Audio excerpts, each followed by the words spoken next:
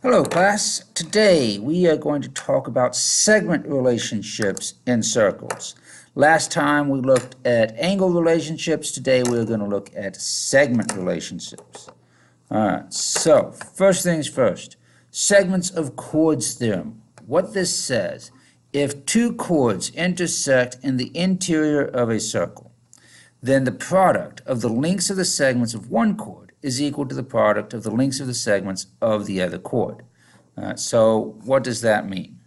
What that means is that AE, the length of segment AE times the length of segment EB, is the same as the length of segment ED times the length of segment EC. Okay? One thing that is very important to realize, this is not a proportion. Okay? These are not proportional. So you're not just going to have a proportion and cross multiply. That's not what's happening. Okay. So these two pieces of one segment multiply together equals two pieces of the other segment multiply together. All right. Next we have just a little bit of definitions here. A tangent segment. A tangent segment, as we've talked about before, this is a segment that is tangent to a circle. A secant segment, on the other hand, is a secant. It's a segment where one endpoint is on the circle, then it goes through the circle, you have a chord there, and then it extends out past the circle. Okay? So this is a secant segment, this is a tangent segment. Okay? So a secant segment is a segment basically that it contains a chord. All right, and then it keeps going. All right? Now, the part of the segment that is outside the circle is called the external segment. You have the chord and you have the external segment. All right? All right, so what can we do with those? Segments of secants. If you have two secant segments that share the same endpoint, then the product of the lengths of one secant segment and its external segment is equal to the product of the other secant segment and its external segment. All right, so what this means, you take the outside times the whole thing equals the outside of this segment times the whole thing.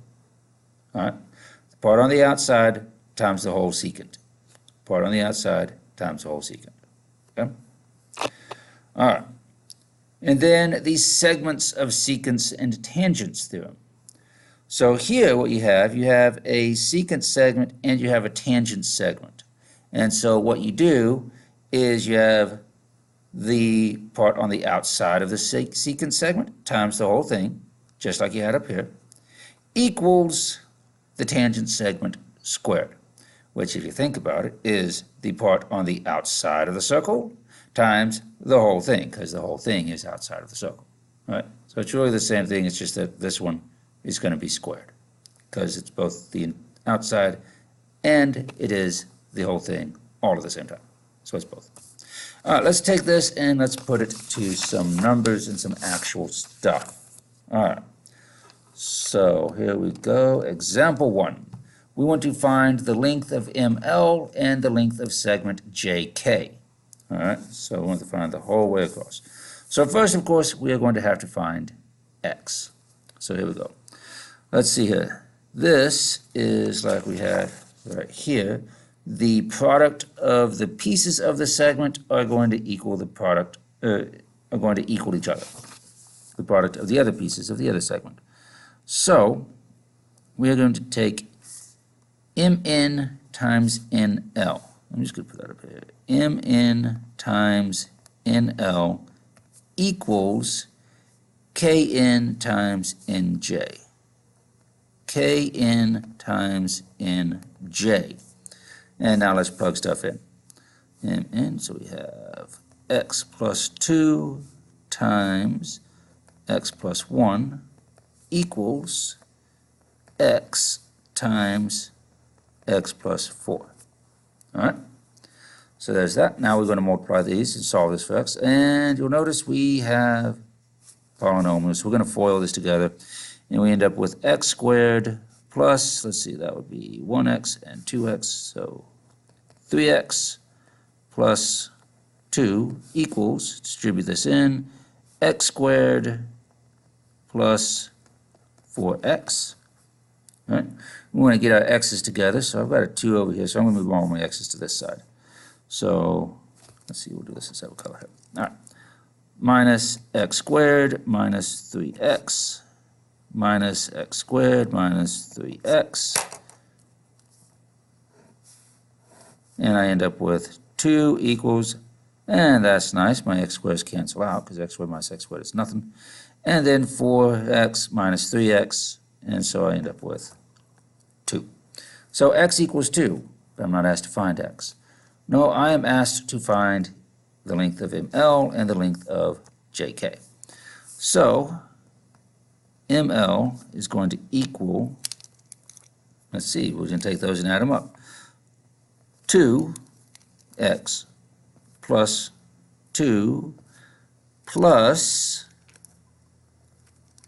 2 plus 1. So 2 plus 2 plus 2 plus 1 is 7. So ML equals 7. And so now JK. JK equals, let's see here, we have x, so 2 plus x plus 4, so 2 plus 4. And 2 plus 2 plus 4 is 8. So JK has a length of 8. There it is. Not too bad. A little bit annoying over here, had to FOIL those in, but still not terrible. What I'd like you to do is to pause the video and do number 1 and number 2. Then come back, check your work. All right, let's see how you did. So we want the value of x.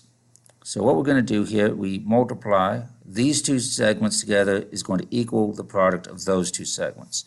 So 6 times 4 equals 3 times x. So 24 equals 3x, divided by 3 of course, and we end up with x equals 8. There it is. All right, let's try number 2. Same kind of thing. Take these two equals those two. So 2 times x plus 1 equals 4 times 3. We'll go ahead and distribute in there.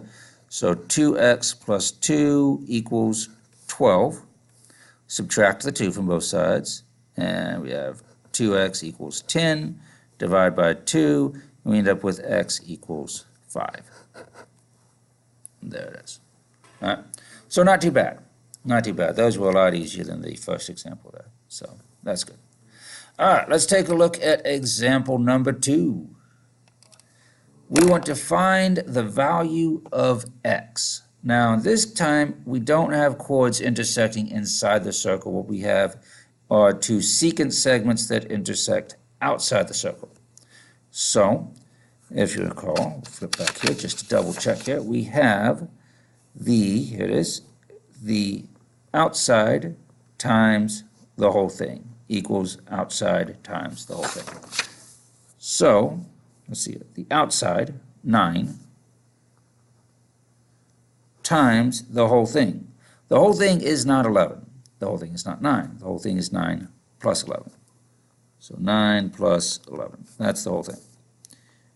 Equals the outside, 10, times the whole thing, 10 plus x. Because we want the whole thing added up. Okay, so let's see here. 9 times 11. 9 plus 11. Oh, that's not too bad. That's 20. And 20 times 9 is 180. Equals, and let's distribute that. We have 100 plus 10x. Okay, so first we subtract 100 from both sides, and 80 equals 10x. Divide by 10, and so divide by 10. X equals 8. There it is. All right. So, not too bad, not too bad. Remember, outside times the entire thing equals outside times entire thing. I'd like you to pause the video, work out number 3 and number 4, then come back, check your work. All right, let's see how you did. Number 3, find the value of x. So this one is nice and simple. We have outside 6 times the entire thing, which is 6 plus 9, equals the outside 5 times the entire thing, 5 plus x. So 6 plus 9 is 15, and 15 times 6 is 90, which equals 5 times 5 is 25, plus 5x.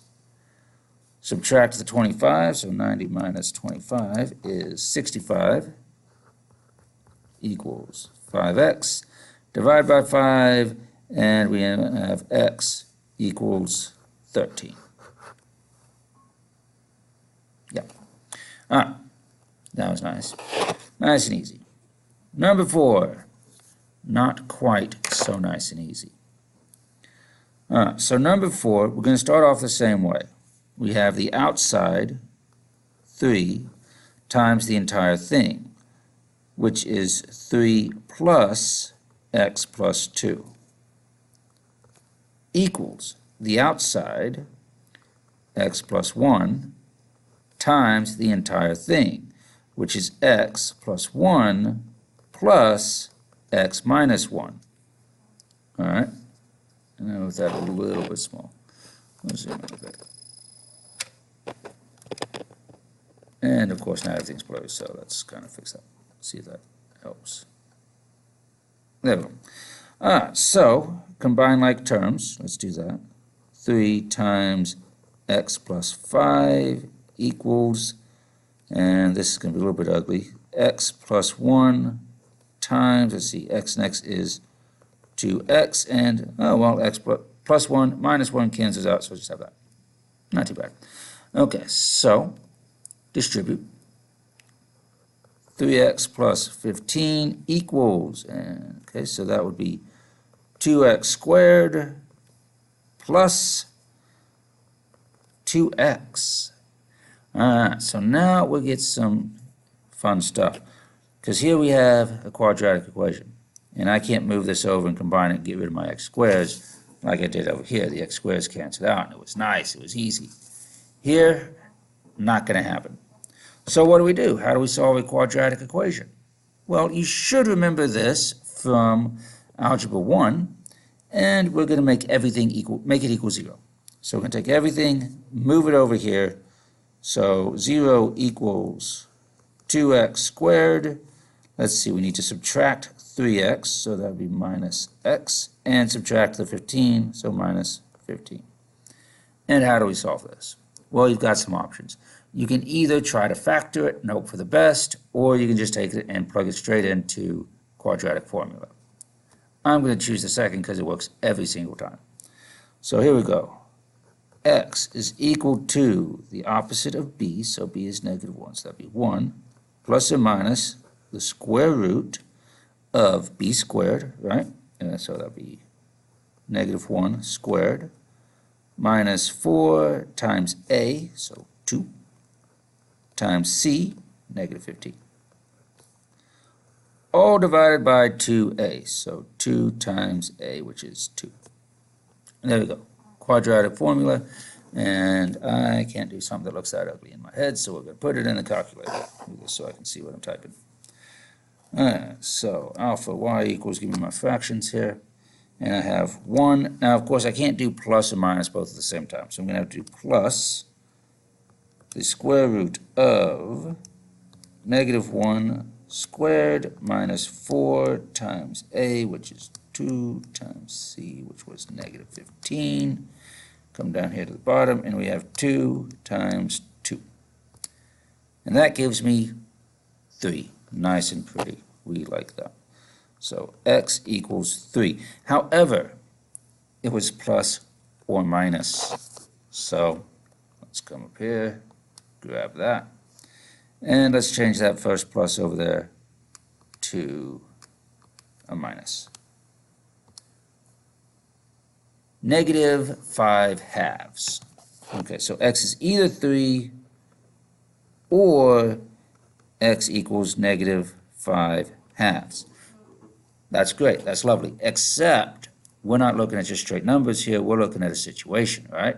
We want this to be the length of a segment. So we've got to check and make sure these both still work, right? So let's just make sure this works. If x is 3, does that make sense? Let's see, that would be 3 plus 1 is 4. We can have a length of 4. 3 minus 1 is 2. Yeah, that's fine. That makes sense. However, if x is negative 5/2, that's negative 2.5, and then you subtract 1 from it, that means the length of this chord is negative 3.5. Can you have the length of anything be negative? No, you can't. That doesn't make any sense at all. So because this is negative, this is no good. And the answer is just going to be x equals 3. So that one was a bit more complicated, but still not terrible. Used some of that stuff from Algebra 1 that you haven't used in a while. All right, let's take a look at these last couple examples here. And let's zoom back out. Okay, we're focused. All right, so now we want to find the length of RS. Well, this is basically going to be the same thing. We've got two segments, they intersect outside, except this one is a tangent. Now, the secant segment, that works the same way. Outside times the entire thing. So x times x plus 8.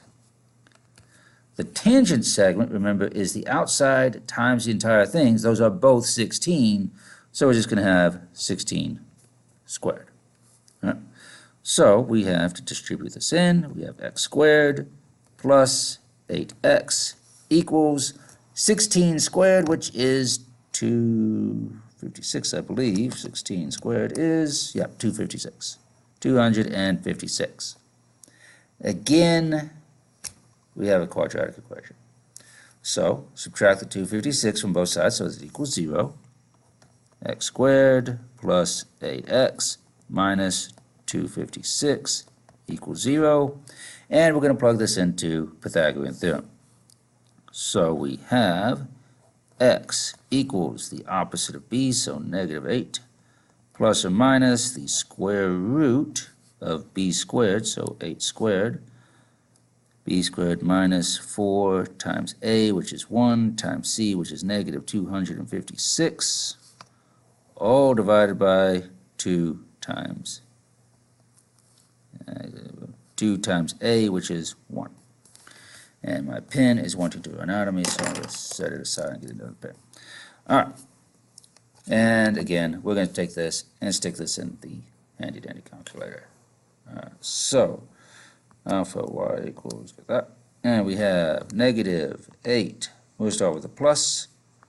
Square root of 8 squared minus 4 times 1 times c, which is negative 256, all divided by 2 times a, which was 1. We get approximately 12.49 is x, which is RS, which is what we're looking for. We're looking for RS. So x is RS. Well, actually, we'll just rid of this. Whatever. X, because there's two answers. We've got to figure out which one we're using. So x is approximately 12.49, or x is approximately, let's see here, let's grab that.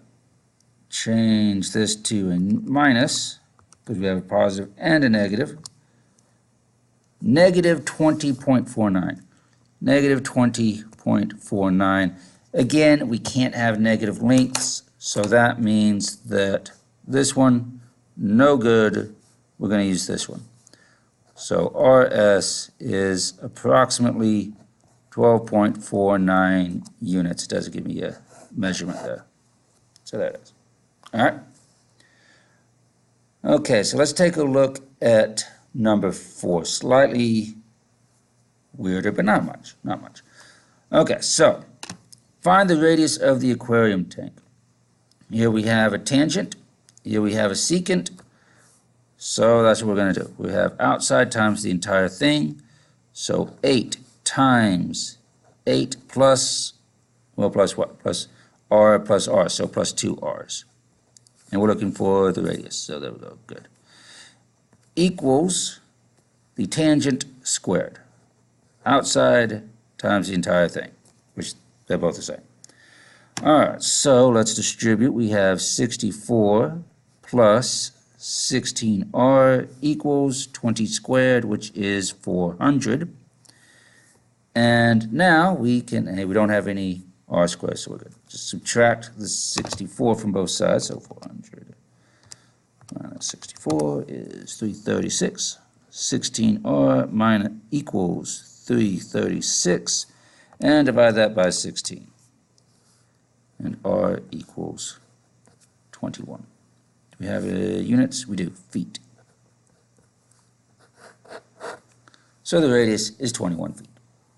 All right. So what I want you to do, pause the video and work out 5, 6, and 7, and go ahead and do 8 as well. Do those on your own, then come back and check your work. All right, let's see how you did. Okay, so looking at these, let's see what we have. So this one, x is a square, right? It's the tangent, so we're going to square that. So all of my pens are dying. So we have x squared equals the outside of the secant times the whole thing, so 1 plus 3. So x squared equals, well, 1 plus 3 is 4 times 1 is 4. So that means x is either positive or negative 2. Do those both make sense? No, they don't make sense. So you're looking for length. So x is going to equal positive 2. All right, let's take a look over here. Again, we have this tangent one, and that's a secant one. So we have the outside times the whole thing, 5 plus x, equals the tangent squared, 7 squared. So let's see, we have 25 plus 5x equals 7 squared, which is 49. And then we subtract. So 5x equals 9 minus and is 24. Divided by 5, and x equals 24/5, whatever that comes out to. 4.8. Not too bad. All right. Number 7. Let's see again. We have a tangent there, so that's going to be squared, and that's a secant. So outside times the entire thing, 10 plus x, equals the tangent segment squared. Outside times entire thing. So over here we have x squared plus 10x equals, and 12 squared is 144. All right. It's quadratic, so we got to deal with that. Subtract the 144, so everything equals 0. So x squared plus 10x minus 144 equals 0. And then we are going to, you know what, I'm going to factor this one. We could plug into the quadratic formula again. I'm going to factor this, just so we can see it another way. 144, as you'll see here, 144 is 18 times 8. So, and 18 and 8 subtract to give 10. So what we have is plus 18 and x minus 8. So that gives me x plus 18 equals 0, so x equals negative 18, or x minus 8 equals 0, in which case x equals positive 8. Again, we're looking at length. Negative units don't make sense for negative lengths, so x equals 8. All right, last one. What if, in the example 4, so example 4, my shark tank, CB is 35 feet and CE is 14 feet. Well, then we do it and we just change those numbers and it's not a big deal. So we start with the secant here because it's got a variable in it. So this would be instead 14. So 14, the outside times the whole thing, 14 plus 2r equals, my tangent there, CB is 35, so 35 squared. 14 times 14 is 196 plus, distribute that there, so we have 28r equals 35 squared. Yeah, I don't remember that one. So 35 squared is 1225. 1225. Subtract the 196 from both sides, so minus 196. 1029. Yep. So 28r equals 1029. Divide by 28. Divide by 28. 36.75. So the radius is now 36.75, and these were feet. There it is. So some of this kind of ugly, but the stuff that was ugly wasn't ugly because of the stuff here, it was because of the squares, and back to algebra 1. So you should remember that, hopefully. Important things to remember. If your chords intersect on the inside, then the length is of one segment times the length of the other segment is going to equal the product of the other two parts of the other segment, right? These two pieces equals those two pieces. All right. If your two segments intersect outside the circle, what you're going to do is take the outside of the segment times the entire segment. And that's going to equal the outside of the other segment times the entire other segment. Same thing here. If one of them is a tangent, you have outside times the entire thing equals the outside times the entire thing when it's both the same thing. So you have the tangent squared. All right. Hopefully you found that useful, and I will see you next time.